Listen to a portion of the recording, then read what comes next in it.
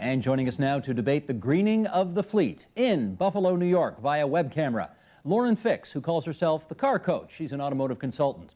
And here in studio, Dennis DeRosier of DeRosier Automotive Consultants, Bob Oliver, Executive Director of Pollution Probe, Tyler Hamilton, energy reporter with the Toronto Star, and David Booth, automotive consultant with the National Post. And we have assembled all of you here today on both sides of the border. Lauren, good to meet you via webcam tonight. Because we're really trying to find out how much of this greening of the fleet is legitimate and real, and how much of it is just marketing because the car companies know we all want to do our bit to make the world a little greener. And to that end, I'm actually going to start with a piece Peter Gorey wrote in your newspaper, the Toronto Star, from last month. It goes like this. All this likely overstates the performance at any distance because the promise of 40 miles on battery alone is open to question. The EPA, Environmental Protection Association, agency omits many real-world conditions such as extra passengers, air conditioning, wind, and hills that reduce the all-battery range. This isn't to say the Volt will flop, but GM is courting trouble by trumpeting dubious performance claims. Chances are, by the time the car comes to market, nobody will take 230 seriously. But the attempt to feed it to us could leave a lingering bad taste that makes the entire project unpalatable. Dennis, to you first. 230 miles per gallon is what GM is saying their battery-powered car, the Volt, will get. Is that true? It may be true, may not be true, but in my mind, it's irrelevant. The fact of the matter is there's not very many consumers who are going to buy that vehicle for a long, long time. You're looking up a ramp-up of that type of vehicle, be it the Volt or other competitors. That's going to take a decade, probably more. But as we look in truth in advertising here, Tyler, is it feasible that this car could actually get 230 miles to the gallon? Certainly. I've been in a plug-in Prius that has gone, and I've driven it for 2 weeks, and it's gone 150 miles per gallon. It just depends on your driving conditions. I think when GM makes those claims, they have to have a big asterisk there saying, you know, if you drive so many miles per day, you can get this range. But if you go beyond it, see, this is all about range. What GM is missing here is the discussion of how far these cars will go before you end up getting on gas. And as Peter mentioned in that column, the farther you go, the more gas you use and less battery you use, therefore the mileage goes down. Well, Lauren, I'm wondering, I can imagine people sitting at home right now saying, I'm guessing that if I were in San Francisco at the top of one of those hills, had it in neutral, and were going down a hill without using any, pressure on the gas pedal at all, maybe I could get 230 miles a gallon under those circumstances. Otherwise, I kind of doubt it. Would they be right? Well, I don't know if you get that much fuel miles per gallon, but you got to also remember how this 230 miles per gallon was calculated. It isn't calculated the same way as you would calculate gas-powered vehicles. It was calculated based on kilowatts and how many miles it would travel. It was a calculation because Nissan's saying, well, we can do 300 miles to the gallon. So when you really look at that, anytime you're coasting, you're not using gasoline. And there are lots of things you can do to improve your fuel economy. 230, as your other guests were saying, I think is not something that's going to happen in the next few years. I think you're not going to see that technology till down the road. David? Well, let's understand as well that if you don't drive it more than 40 miles or 64 kilometers, you will get, infinite miles per gallon. You will not 230, not a 500, not 1,000. You won't use any gasoline whatsoever. It's an electric car until it goes 40 miles. One of GM's worries is that if somebody is completely a city commuter, the engine will sit idle for so long using no gasoline that it'll actually become gummed up and all the problems that happen when a car stands still. What's right about Mr. Gorey's column is that it depends on how far you drive. What he missed was the point that you can, it is essentially an electric car, say, during the week, Monday to Friday when you go to work, and then it offers the same convenience of a regular gasoline-powered car to go for a long trip to Ottawa or to Montreal on the weekend, which is unique right now compared to any other electric car on the market. The rest of the electric cars offer no miles per gallon like the Volt does in the city, but you can't go anywhere. Bob, it would be great if it were true. Does it ring true to you? The metric is misleading. What they've done is they've looked at a gallon as being an energy equivalent to a kilowatt hour. So how many kilowatt hours are in a gallon of gasoline, and that's how they develop their mile per gallon metric. When the vehicle is running on full charge of electricity, it's actually running quite efficiently because you're dealing with an electric motor, which as an energy conversion device is more than twice as efficient as a internal combustion engine. Internal combustion engine at best is 35–40% efficient. It can extract that much energy and put it to useful work, and the rest is wasted. With an electric motor, you're able to use a lot more of the energy in the battery, and so what they end up with is this inflated metric. But what it doesn't do is illustrate to the consumer any clarity on what they're paying their money for. And if consumers don't have the information they need to recognize the value of an investment in environmental technology or fuel-efficient technology, they're going to discount the future benefits of it. And like Dennis said, I think they're going to pass on this. Dennis, tell me, does it? Everybody wants to be greener when it comes to driving. I'm sure. We hope.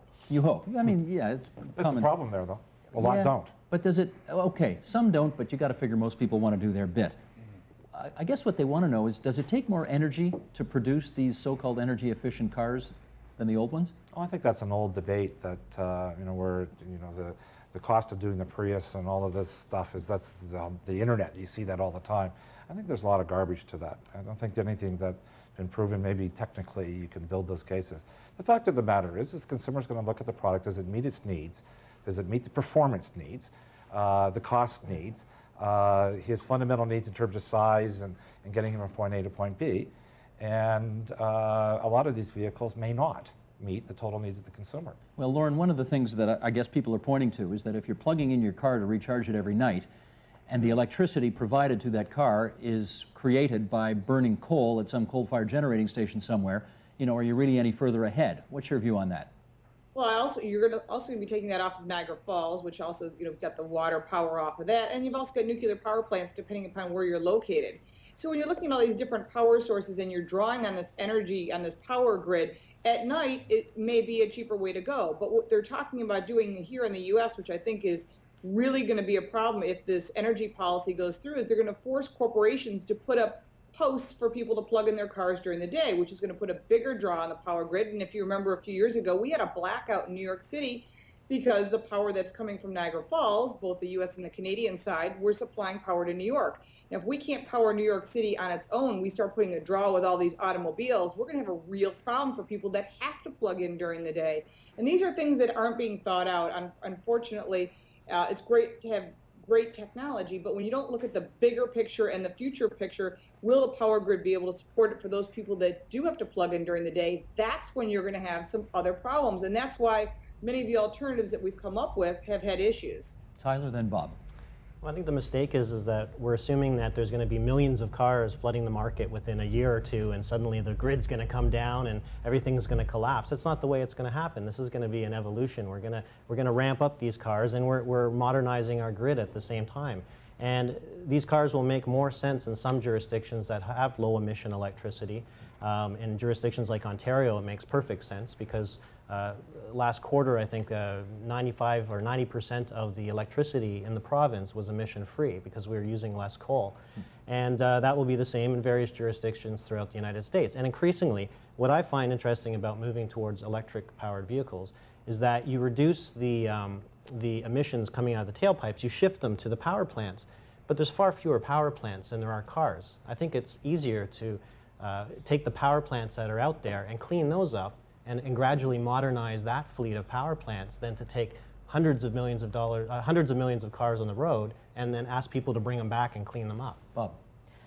I think it's a question of return on investment. If you have, we have policies at work in Ontario to phase out our coal-fired power plant. There is a declining rate of demand for energy in Ontario, and we don't want to introduce a new element into the grid demand profile that's going to take us back in the other direction. Just to be clear, you said a declining rate of demand. Demand is going up, but not as quickly as in the past. Is that what you mean? That's right. We're long past an inflection point, and in fact, I think we're, in terms of raw demand, we're actually consuming less energy now than perhaps we were in the recent past. And you could attribute that to the economic downturn. But the point is that we might have asymmetric policy objectives here, and the trick is going to be in the infrastructure. What the placement of the infrastructure that facilitates a certain type of electric vehicle use might be very conducive to our climate change and our pollution objectives. On the other hand, without any planning that goes into it, you may end up in a place that you don't expect. David. Well, we've been talking about electric cars more as a generic. In fact, you brought up the Chevrolet Volt as an electric car. In fact, it's an electric extended range car, which is different because it has a gasoline motor to take it further along once the battery runs out. Pure electric, and you mentioned the miles per gallon, something of a boondoggle, but that's nothing compared to the misinformation and the phenomenal media coverage of the pure electric car, a la Nissan Leaf and stuff like that, and Better Place being the infrastructure giant that wants to put in recharging stations and battery swapping stations, and that is far less believable than anything General Motors has put out about the Volt. It's all of the infrastructure you're saying is less believable than what the car I mean, Better companies wanna Place do? is the biggest boondoggle in the whole business. I mean, it really is. That's the battery swapping. People are going to swap batteries along the highway. Well, it's an idea. No, it's a very bad idea. Well, let me ask Dennis about the batteries themselves. How green are these batteries? I don't know. They're not that green. They're I mean, not that I green from guess- what I And understand, they're but going to create hazardous waste besides, because you have to think about it. These are nickel-based batteries, and there's all kinds of hazardous waste in them. Someone's going to have to think about a way of recycling these batteries, because they certainly don't want to end up in landfills, because they'll cause pollution, not just water, but land. Dennis. you also have all of this media hype around electric, and it's fueled by the vehicle companies who are on this bandwagon. Governments jump on the bandwagon, McGinty, et cetera, et cetera. We're forgetting that there's a variety of other technologies out there that could help with environmental debate a lot. Diesel engines, ethanol, methanol, perhaps, natural gas, propane, even there's experimentation with solar cars, hydrogen longer term. And getting singularly focused on a technology that may actually disappoint can be as equal a mistake by our government forces. We should be letting the market forces determine how to solve this issue. And the market does work. It has worked in the past. It'll work in the future. This maybe slower than what we like, So but it does work. Do you think when the Ontario government offers people $10,000 to buy a Volt, that's perverting the market? That's a big mistake. It is a mistake. Absolutely. Because?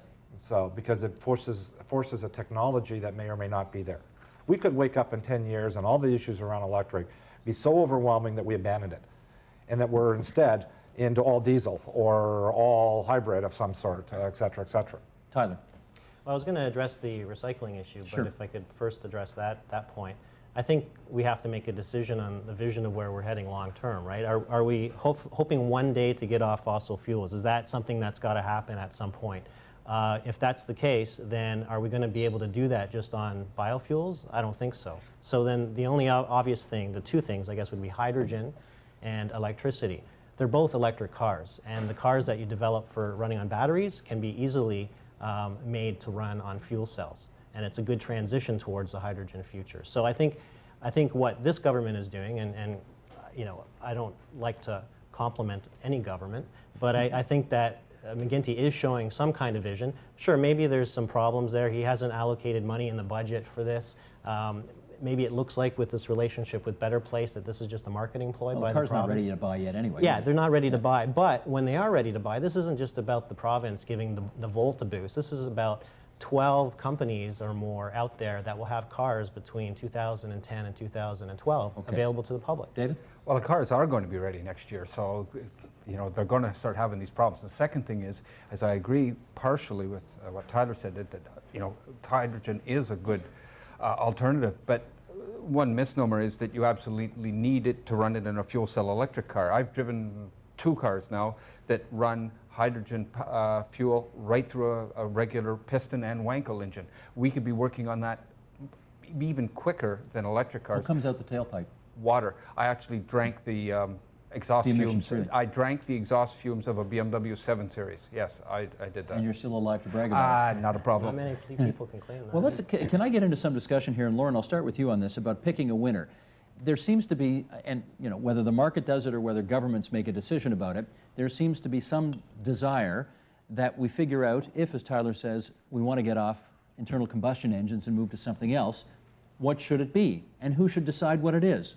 Lauren, you want to come in on that? I think the consumer should decide what it is, because it depends where you live and what your needs are. And that's what we've been saying all along.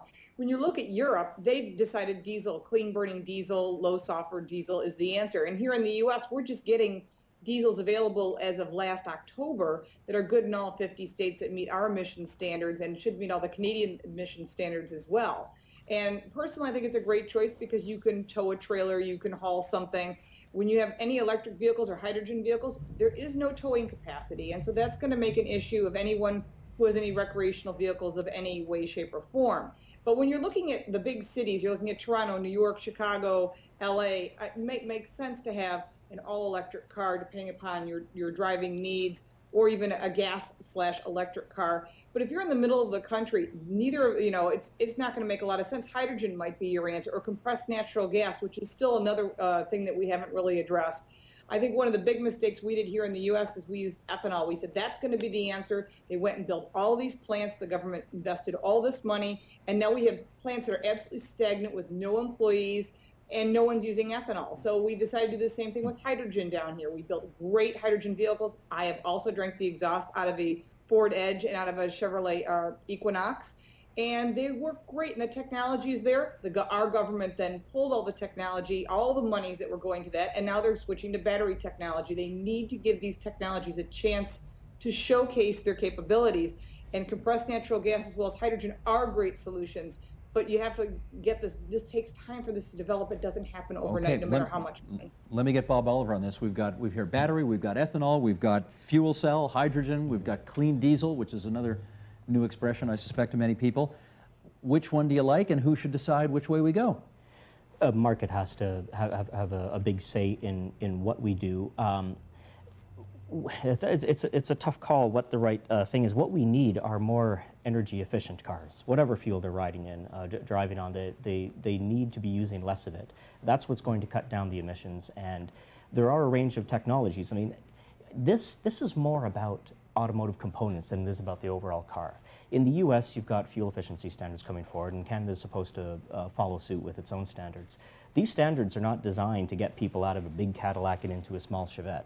They're designed very specifically and as fairly as possible to draw technologies into both those models that make them proportionately more fuel efficient. Now, is that happening because governments have put regulations in place saying clean up your act? Or is Exactly. It is entirely the regulations, and the regulations are very highly and finely tuned to correct for what I was saying earlier, which was the undervaluation, the discount that consumers place on future fuel Let me get savings. Dennis on this. Are governments going to have to regulate what eventually comes out at the end of the day as the winning technology? Going to have to. They are. As simple as that. But you don't like that idea, they're do you? already there. Well, there's a role for government regulation, but we often forget about the person buying the vehicle. You know, let's face it, Toyota advertises the most fuel efficient fleet in America or in the marketplace. Only about 45–50% of the Toyota owners buy a small fuel efficient Toyota. You know, the consumer has the right to go in. You can have the diesel, the electric, every single one of these technologies on a car lot. The guy still may go and buy the Hummer. But So who is in charge of the consumer? Is it the vehicle company? Is it Well, that's a good question. Are we at a time, I mean, I suspect if you talk to Elizabeth May, the leader of the Green Party, she would tell you that we are at such a time in the life of this planet right now that we can't give consumers the choice to buy cars that pollute. And therefore, government should put in place, constrictions on what kind of cars can be made. I guess we're going to have to shut down McDonald's too because there's too many obese people in the world. I'm sorry, I mean, I can't see that. I mean, people don't necessarily want these cars quite yet. I mean, it's going to be a tough row. Hybrids have been around for about 10 years, 9 years. They own little less than 3% of the market share. They offer no inconveniences compared to a regular car other than a slightly higher initial price. Pure electric cars, for instance, offer many, many, many more inconveniences, and yet Carlos Ghosn says that in a few years they're going to have 10% of the total market share in the world. It just doesn't ring true. We're going to have to work much harder at giving consumers what they want and then figure out how to make it more fuel efficient and more emissions. Let me hear Lauren and then Tyler. Yeah, well, there's one last thing that I found that was interesting. You're right on that point, and the consumers are going to have to make those decisions. But what's also interesting is the car manufacturers don't make any money on the Prius, on the Ford Escape Hybrid, on any of these electric cars. They're claiming they're actually going to take a loss in many cases. Ford has said that even Carlos Ghosn has said we're taking a loss on these cars. So if the companies are taking a loss, it's not going to help them build better cars because where are they going to get the money from? The government can only subsidize so much. You can only print so much cash. Why are they taking a loss on these cars if they're so popular? they're not that popular. If you see, there's only about 3% of the market share. Consumers are not there yet. They're just not there yet. They're just like a smart car. There's some people are buying them here in the US. They're having one heck of a time. They cannot penetrate the marketplace because of what consumers want. So you can force this down their throat, but I still don't believe that if there's not enough of them are being sold, there's no way to make money on it. Tyler. I disagree. I don't think it's being forced down anybody's throat. I think that consumers are hinting what they're looking for down the road, and it takes a lot of preparation to get there. Sure, you know, there's going to be expensive cars like the Volt, $40,000. Not a lot of people are going to be able to afford that, yet they can somehow afford their SUV that costs $70,000. You know, I was talking with Bob Lutz of GM, and he said the first couple of years he expects it's going to be movie stars and celebrities and rich people who buy the Volt. But then with subsequent generations of the car, the price will get down to the level, and then the consumer demand will meet up with it. Bob, I wonder if there's an analogy, and some smokers will forgive me for bringing this up, but I wonder if there is an analogy to smoking, where at one point society and governments basically said, we don't care if you want to smoke. You can't do it in theaters. You can't do it in restaurants. You can't do it in offices. Here's what we're going to permit. Can you do the same thing with cars? I'm sorry, you can't buy polluting cars anymore. You can't buy these big gas guzzlers. Here's what we're going to permit you to buy. Would you even favor that? Even the guy from Greenpeace is hesitating. Well, I'm from Pollution Probe, actually. Excuse me, from Pollution Probe. But I'll tell you what. There are things that you can't correct for that either a very innovative market mechanism, incentive has to be put in. Look, if you're going to build a hybrid, it's going to cost you more to build it. It's bristling with technology content. It is worth more from a technology content and an innovation perspective than just about anything else on the road. So why aren't people buying it? You know, consumers will take time. They need the right incentives. They need to understand what the value of that investment is in the future. But what does the automaker get for this? There's this concept brewing up in the US, and it's already in place in Europe. It's called the fee-bait. It says if you reduce the fuel consumption of your model by X amount, you will qualify for an incentive. And so, well, where are you going to get the money to fund that incentive? We're going to take it from the person who didn't put that cost premium technology into their vehicle. And what you have is a mechanism that it works entirely within the auto sector. You like that idea? I think it's quite brilliant, because the problem with the regulation is you might get it wrong. But if you have that kind of self-funding mechanism, if you just add a price for every liter of fuel that you can save, automakers will do as much as they can and no more. I think the market man is having conniptions over here. Well, it's back to the consumer, and they're ready for this kind of thing. I think it's really important to separate what people will say in a market focus research group in a room of their peers, and they want to appear you know, to be green and environmental, and what they'll do when they actually get to a showroom. Sure. And you know, oh my God, a supercharged V8, I'll take that. Yeah, I mean, yeah. it's really important, and if again, I'm saying the same thing over again, but if the world was really ready for all these green cars, hybrids would be selling a lot more than 3% of the marketplace. Well, let's talk about a program that has been extremely popular and extremely discussed over the last little while. The President's plan to trade in clunkers for cash. Cash for clunkers is what he calls it. Lauren Fix, what do you think of the plan? Well, I have spoken out over and over again that I think it was a mistake. What it did is it pent up demand. They let people know it was coming. Consumers said, oh, I was going to buy a car. Now I'm going to wait. And so when they finally opened the doors to say cash for clunkers would happen, everybody rushed to purchase a car. And those people that qualified, it was the same as handing out $100 bills on the corner in Hollywood. Everyone that could afford a car bought a car and got a rebate. It was wonderful for them. But for those people who couldn't afford a car to begin with, couldn't get credit, weren't able to get a lease, which was a 7-year lease, which is absolutely ridiculous. It wasn't a deal for them. You had to purchase the car. Okay, but tell me, Lauren, what was the harm? The rest of the waste. What was the harm? What was the harm? It was good for the environment. It was good for the car companies, which the government now owns. So where was the harm? Not all of them. Ford is smart enough not to have bought into that, but GM and Chrysler have. The bottom line is now, if you walk in the dealerships, they're begging. They're like, please come in. We have to offer incentives again. All they do is clean out 08 and 09s off the model floor, and now they've got 2010s coming in, and they don't know how many to build because they pent-up demand is gone. It's absolutely a grave site in many of these dealerships, and that didn't help the economy. They should have made it a broader program. Again, our country tends to do a lot of knee-jerk reactions, quick decisions, not looking at the bigger picture, and a lot of consumers were left out, and for more reasons than one, the bottom line was they didn't really sell $3 million worth of cars. Dealers are not getting their money, and consumers who were going to buy cars bought cars and got a discount. So Okay, it was good for them. Dennis And wants two to. quick points. One is an interesting one, is that scrappage of old vehicles in the U.S. actually went down under the cash for clunkers, as more consumers just sat back and waited and said it's just going to get richer, and they missed out. And then the second one is that who drives a clunker? It's the least capable consumer in the economy, typically the poorest. You're telling the poor to go out and jump up to a new vehicle and take on a $25,000 loan or lease. He should be buying a $5,000 vehicle when he gets rid of his clunker, So this not was a $20,000 another vehicle. perversion of the market. The which you way to didn't like. deal with the environmentally owned vehicles is to inspect them off the road like they do in so many other countries. But no politician has the ability or the willingness to actually put a tough inspection program in place. But you want old clunkers off the road, don't you? Absolutely, but I want them inspected off the road. You got But not 15 years, collectible 12, cars, 15 not years of, collectible cars. but the politicians won't buy that. Go ahead, Bob. Well, I wanted to get back from it. What we're talking about here is the purchase and use of vehicles is only one input to the social issue that we face, which is the degradation of the environment, climate change, air pollution, and so forth.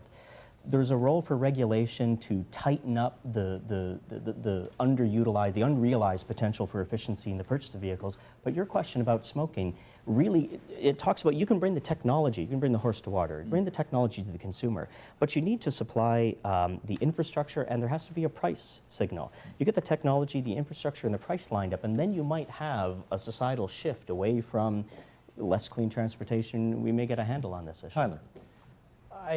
I don't disagree. I think a lot of these things can be done in parallel. Of course, we have to make the cars on the road more efficient, right? And cash for clunkers, I'm not a big fan of it, but anything that constantly turns over the fleet and makes it more efficient is a good thing. But on the infrastructure issue, letting the market determine this is not going to build the infrastructure for electric cars.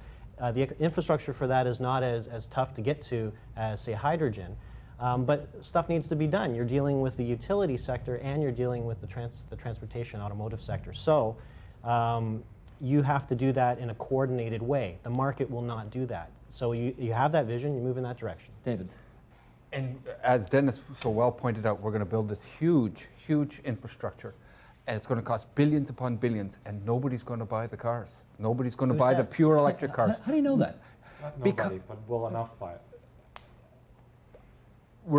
If we define electric cars as pure electric cars, there will be very, very, very few sales. If we start expanding it into extended range electric vehicles, there'll be far more in the distant future. But they don't need the Why do you say no- infrastructure. You know, people in Northern Ontario have been plugging in their cars every night for years and years and years. This is not a kind of a behavior that's unknown to so many people. I just tested a plug-in hybrid from the city of Toronto, and I returned it to the people that were testing it, and you know what they said? You know, the only darn thing I don't like about this car is I have to plug it in every night.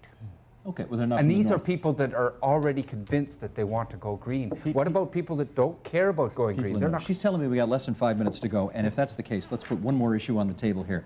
I want, because all of you follow the automotive industry a lot more carefully than most of our viewers, I suspect, I want you to tell us whether you think the automobile makers are really being green, or do they just want to be seen to be green these days because they know that's what's in? Lauren, tell me. Well, here in the U.S., I think we're being forced into a corner because of the new CAFE standards that if you're not making your cars get better fuel economy, they're going to force you into a corner to doing that by not letting you sell so many vehicles. Now, one of the things that is interesting, though, that we have the whole picture is if everyone were to switch to a green car, that means less tax revenues, and cars that get 100 miles to the gallon or 256 or 230 or whatever you want to say, or even 50 miles to the gallon. And you'll note that in this country, the results have been, and car manufacturers are well aware of that, is less tax revenues, which means the government's going to have to come in somewhere else to get this money. And so you're watching consumers and car manufacturers working together to try and come up with cars that maybe are greener, but maybe still meet our needs. And so I think car manufacturers like Ford and Nissan and even General Motors, well, now that they're owned by the U.S. government, are all trying to do what's right, but they don't want to give up on those fossil fuel vehicles because consumers still want that. So you're seeing a mixture. It's kind of a PR move, but it's kind of something they're going to have to make change. Lauren, for the record, the Canadian government, the Ontario government also own a chunk of GM. We don't want to forget them in the mix as well. That's true, you do. Are they serious about this, or is this more for marketing? I think they're very serious. You go back to the 60s where we had noxious emission issues, they invested billions and they eliminated them. Now they've recognized that they have no choice. It may be regulatory driven, market driven. They have no choice, and they're investing billions and tens of billions of dollars on this. Most of that money is probably being misspent, but enough of it's being spent in the right area that they're going to solve this issue at some point. 10, 20 years to solve it, but it's going to get solved. Tyler. Yeah, well, they missed the boat on the earlier CAFE standards, and then the foreign automakers jumped ahead of them. So I think that in this case, they are serious about it. They don't want to, we're looking at this in a North American context, but really this is a global thing, a competition for jobs, competition against foreign manufacturers who North American manufacturers want to leapfrog ahead. So I think they're dead serious. What do you see, Bob? Any automaker who's committed to winning market share by competing on value will do well in the shift to green automotive. Anyone who prefers to do the greenwashing in order to try to, or hoodwink the consumers is eventually going to be found out. I think the automakers that have invested in their technology and their innovation are prepared for this. And I think the automakers, the auto parts manufacturers who are supplying them with the innovations and the technologies are going to do very well in this shift to you know, fuel-efficient future. And are you concerned the government is forcing them to do something that consumers at the moment have not shown enough appetite for? No, consumers, I think, are going to benefit from the regulations. The regulations are designed to say, I know why you undervalue an investment in fuel efficiency. I'm going to put a regulation in that corrects for that discount. You're not going to be required to pay additional money for additional technology or anything like that, but you're going to get value out of the money that is required to make the invest. Let's put it this way. When you buy a vehicle under the regulations, there may be a cost premium because there's more technology in that vehicle that makes it greener. But you're going to make that back over the length of time that you own that car, and whoever owns that car afterwards is going to get the benefit of that, and society will benefit overall. David, and that's the point of the are they reg. being green or greenwashing? I believe they're being extremely sincere. In fact, in some cases, I think they're being too sincere. I will say it again. I think that all the manufacturers that are focusing on pure electric vehicles, I think they're very sincere about doing the job of cleaning up emissions, but I don't think there's going to be a market for them, and I think it'll be to their detriment. And I think it's, as Dennis mentioned once, that it's a detriment to other alternatives to the fossil fuel engine, and that sincerity may get them in trouble in the long run. Lauren, take the last 30 seconds and tell us if you genuinely believe there's a green revolution happening among the major automakers on this continent today. I believe there is. I think they want to do what's right for consumers and for the environment. That's something that the government is asking them to do anyhow, but I think they're doing it because it's the right thing to do. Whether consumers are ready to make that transition to the level that they should have or would want to, I don't know. A lot of people don't want to give up their vehicles. They don't want to give up their freedoms. They don't want to give up the things that they're used to. And change is something that takes time. So I think that it's going to take a long 10 years from now, we may be looking back and laughing, going, everybody's driving a green car. Is it change you can believe in, though? That's the next question. That's another show. Lauren Fix, the car coach, as she calls herself, the automotive consultant on the line from Buffalo, New York. Thanks so much for being there for us, Lauren. And Thank you for having back here in our Toronto studios, there's the left-hand side of the table, Bob Oliver from Pollution Probe, and Dennis DeRosier on the other side of the table. David Booth from the National Post on the right, and on the left, Tyler Hamilton from the Toronto Star. Thanks so much, everybody. Appreciate your time tonight. Thank you.